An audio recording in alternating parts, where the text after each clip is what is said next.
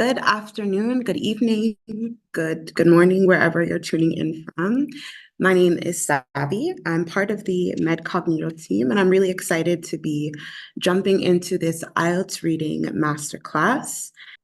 So let's jump into it. What is the IELTS reading test? The reading test itself is 60 minutes in length. There are 3 passages, usually 40 different questions, 11 question types. So there's a huge amount of ground to cover in the reading test section. But if you have the right strategies, 60 minutes is more than enough time to be able to conquer the sections and get a good score. One thing that I want to make very abundantly clear, which is kind of the basis that we'll be coming from this masterclass from, is that it is essentially important to read the instructions for each question type carefully before you jump into the test. Is there anyone who's taken the IELTS test before and has had some difficulty in the reading section? Let us know in the comments just with a yes or a no. So first, we're going to go through the different question types. As I mentioned before, there are 11 different question types, many to master, but once you have the right strategies, again, you can do just fine during this part of the IELTS test. So the first type is the multiple choice question. I'm sure we're all familiar with this type of question type. You've seen it since probably middle school, high school. And your multiple choice questions are questions that follow the sequence of the paragraph. So they follow the paragraphs in order to get you to your answers for the questions. And you can essentially eliminate incorrect answers and options to arrive at the right question. The second type of question is sentence completion, where you're completing the sentence based on the text that's already given. The third type is the true, false, not given. I find that with students I've worked with before, that this type of question type is usually very challenging for them. So you're confirming whether statements are true, false, or not given based on the text that you read through. So this true, false, not given question type is what we'll be reviewing as part of our reading sample for today. I think that this type of question type is most challenging because it kind of feels like you're getting tripped up, or they're trying to trick you as you're going through this type of question. The next type 4, is short answer. So providing a short answer based on the text that is provided to you. The next type is yes, no, / not given. Very similar to the type that we were talking about before. So you're responding to a question or a statement with a yes, no, or not given based on the text that you read. Type 6 is summary completion. So you're filling in an omitted word based on the summary of a portion of the text that is before you. Type 7 is your diagram labeling completion. So you're completing a diagram with missing information that you're going to source from the text that you read. Type 8, matching. So match sentence heading. So you're matching subjects with predicates or what is in the text itself. Type 9, very similar to type 8, is match headings. The last one was match sentence headings. And so you're determining from a list of headings which one is ideal based on the paragraph that you're given. So you're approaching the question by predetermining before seeing the headings, basically what, in your opinion, would be the most suitable heading for the paragraph itself, and trying to understand which one best fits and what the score is looking for in the test. Type 10, match features. So you're matching sentences to the individuals who have said the things related to the text. And then type 11, matching information. So matching subjects with predicates. So these are all of our question types. I went through those very, very quickly. And so I just want to scroll back through them once again. So type 1 is your multiple choice question. Your multiple choice question. Type 2 is your sentence completion. Type 3 is true, false, or not given, and you're finding this information based on the text that you see in this section of the IELTS exam. Type 4 is short answer. Type 5 is the yes, no, and not given. Type 6 is the summary completion. Type 7 is the diagram labeling completion. Type 8 is the match sentence headings. Type 9 is the match headings, very different, but similar titles. Type 10 is the match features. So you're matching sentences to individuals who have said them. And type 11 is the match information. So you're matching subjects with predicates. So these are all of our question types. I want to see in the chat below, which question types do you struggle with the most, or which ones do you think would give you the most issues on the exam? I find that a lot of these question types are things we find in our everyday as we are reading English language, either in books, in newspapers, or magazines.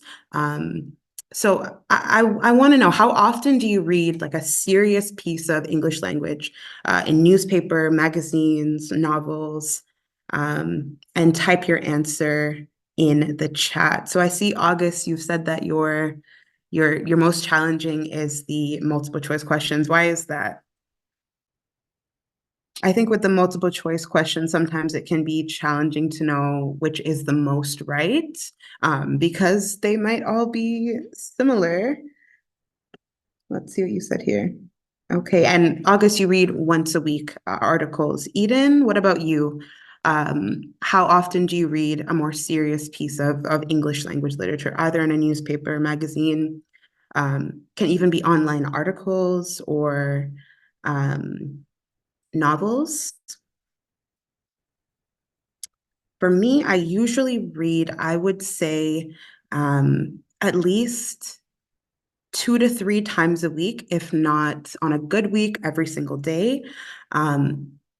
So what we want to steer away from is number 3 and number 4, right? So when you're preparing for the IELTS reading section and this part of the exam, it is crucial that you're practicing your reading of different subjects and comprehending the materials that you're reading. Usually every day, start out with potentially 30 minutes of more serious reading, either through a newspaper, printed, or even online, depending on what is more accessible for you, or a novel that is a subject that's potentially nonfiction that gets you thinking a little bit more critically about the information that is shared. I want to be really clear about this. This is the piece that will help you build up your English reading comprehension skills and will really prepare you for this portion of the exam. I found that students who were reading at least every day for about 30 minutes, so it's not a huge amount of time, right? 30 minutes out of a lunch break or very early before you head off to work is usually a good time to do this kind of reading. And it helps you build up the stamina to be able to jump into an exam that has so much content in such a short period of time and actually be able to build up your stamina when it comes to reading if it's not something you're doing every single day. So I would recommend at minimum 2 to 3 times a week you should be reading at least for an hour if you're only doing it 2 to 3 times a week, and every day for about 30 minutes. Your lunch break, if it's only 30 minutes, take your phone, get your app with your newspaper on it, and spend the time to really build up the stamina so that you're ready for this exam and you can easily jump in and comprehend what is needed. With reading, it is really a repetition of the act to help you get better. Eden, I see that you're back. Did you want to take a moment to answer the question? How often do you read a serious English language question or magazine?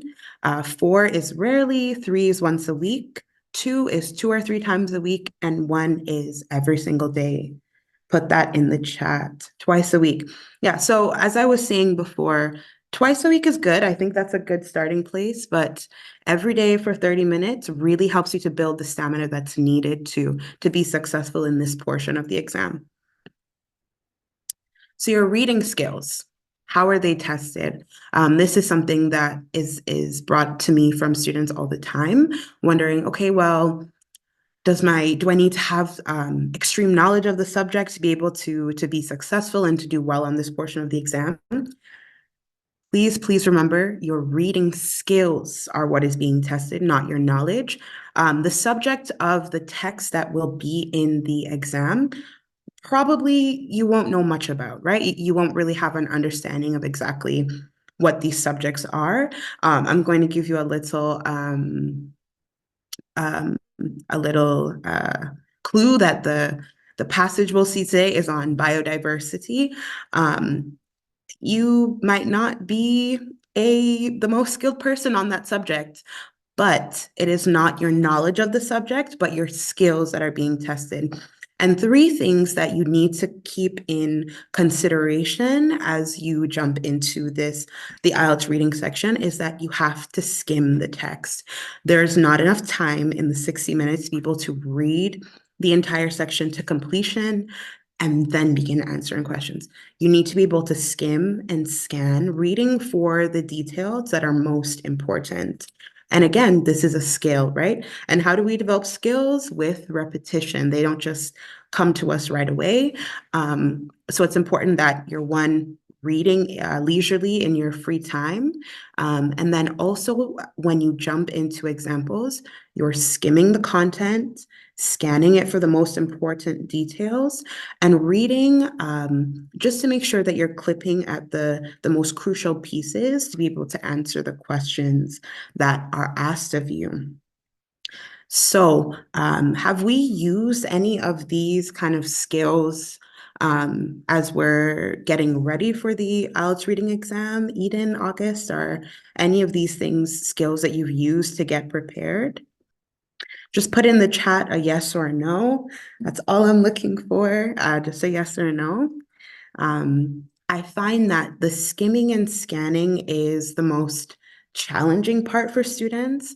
And, the thing that is challenging is the fact that a lot of these passages are just not, in your wheelhouse. You're not exactly sure what these passages mean all the time, and it's challenging to know, should I just be reading this thing to have an understanding of biodiversity, or can I just skim and scan even though I don't have details on the subject?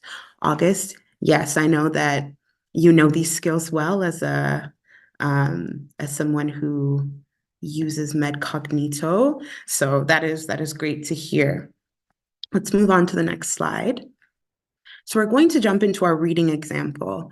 And this example, I told you, is going to be about biodiversity, and it's a bit of a long one. So what we're going to do is go through this entire passage, and then we're going to jump into the true, false, not given pieces on the side here. So these skills that we're developing to be able to skim our text, scan, and then read for the most important details are things that we'll develop through the Medcognito course, and our skills we teach in depth to help you get better over time. In our classes, that's one of the things that we focus on, making sure that we understand that skill of scanning and skimming the text, so that we can get the most important details. And then we jump into answering those questions. So with a text like this, it's very, very dense.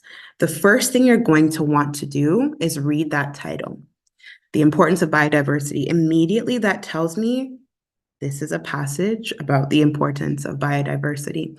The next thing I'm going to do is to scan the first sentence of each paragraph and then the first and last sentence of the final paragraph. So that's the first piece we jump into. Let's skim and scan so we have an understanding of what's going on in those first few sentences. And then let's dive into the questions and see how well they align with our scanning. And if they don't, then we'll dive into some more detail on the paragraph that most aligns with the true, false, not given statement we're given on the left side of our screen, or maybe the right side of your screen, depending on how it's showing up as I'm screen sharing. So I'm going to give you about 4 minutes to, actually, no, let's do 3 minutes to read through this text, and then we're going to go over with answering the questions. I'll give you 4. Yeah, let's do 4. And then I will pop back in and we'll get into answering these questions.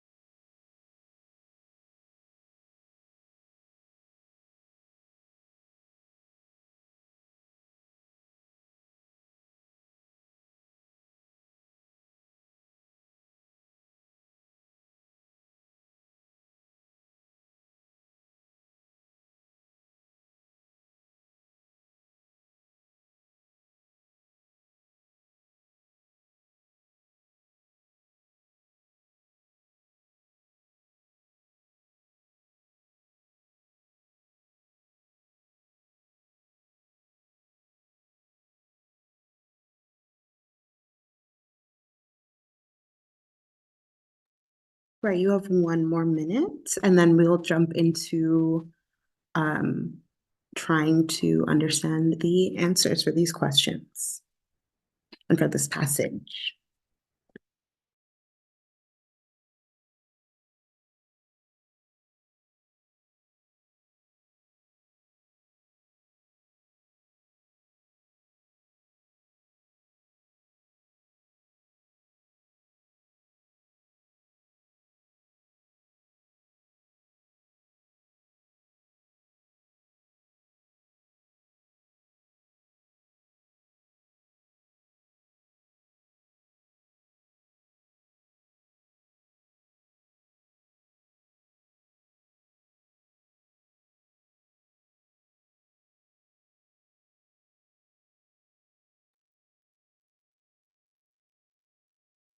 All right, let's start with this first passage here.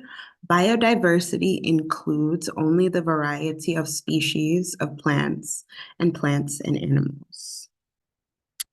So, what answer did you discover from the text? True, false, or not given? August?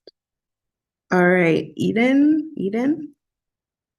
Biodiversity includes only the variety of species of plants and animals. All right, this one is not given. This one is actually not given in this passage. Although it relates to the passage, it is not given.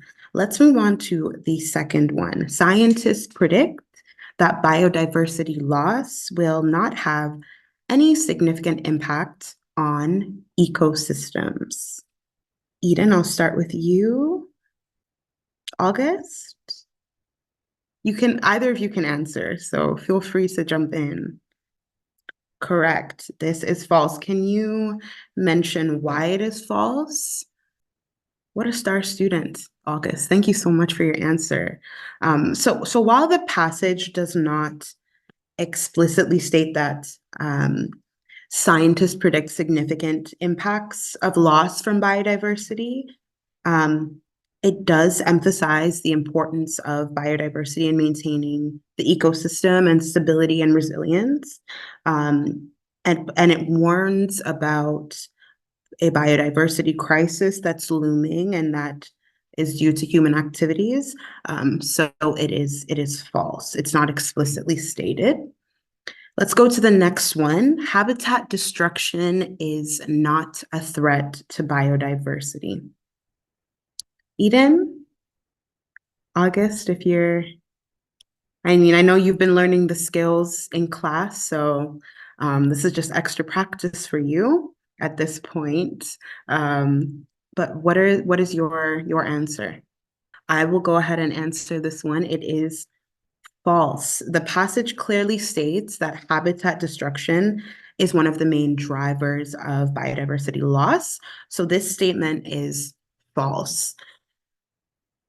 All right, so our example today, and I think even with all of us trying to understand the passage itself, you can see that the passage is very in-depth. If you're jumping into a passage like this and you're not a consistent reader, or you don't kind of open up your mind to different topics that kind of are aside from your focus in whatever you do for work normally or whatever you study, it's challenging to look at a passage like this and just immediately skim, take the most important details and answer the questions. But that constant reading, that 30 minutes a day, different topics that are really outside of your wheelhouse that you may not have the depth of understanding that might be required to answer a question like this is essential. It is one of the most important pieces of being able to do well on this exam. And having tutors and the resources of these different examples, even if you're not a consistent reader, to just open your eyes to the diversity in topics that you might see on the IELTS reading exam is very, very crucial. So I have about 7 pieces of advice for you, right? So the first one is that your reading skills are being tested, not your knowledge of a topic, your reading skills. And that is a really important thing to understand. Your skills need to be at such a level that your knowledge of the topic doesn't matter. You could have been reading this thing for the first time about biodiversity and using the skills that we teach in the course, you're able to get all of those questions correct on the first or even second go at looking through the text. The first thing that is really crucially important is read the questions first and then jump into skimming your test. So when you see a passage like this, you jump into, okay, what is our question type? And then second, what is the text that we're reading? So where should my frame of mind be when I'm reading the text? What am I first looking at? The true, false, not given. That's what I'm thinking about. first. The next piece is to underline keywords. Were there any words in here that you just did not know, you didn't know um, the background to? For me, reading through something like this immediately, I kind of have a bit of a background in environmental studies, so a lot of these things are they're pretty normal to me, like these words. But something like fungi, for example, I can't give you the like an exact description of what that means, right? So that's important to underline those keywords so you're aware that there are things that might come up in the questions that you may not know. Note the number of words that you're allowed to use in your answer. That is crucial. Don't worry completely about the words that you don't know, and don't use all your time in one question. There are 11 different question types and so many questions that will come in the time that you have for the exam. So it's important to understand that your time has to be divided in a way that makes sense so that you're able to get through the entire section in the time allotted. And look out for synonyms and distractors that will pop into the example text that into the text that you're reading, because they're there, right? Um, in this kind of a test, the knowledge of what is being administered through the text is not the most crucial piece. It's your skills that are more important than that. And those are things, again, that you learn with the MedCognito IELTS tutors and through our course. It's something that we hammer home with you and try to make sure that you have mastered before you exit the course.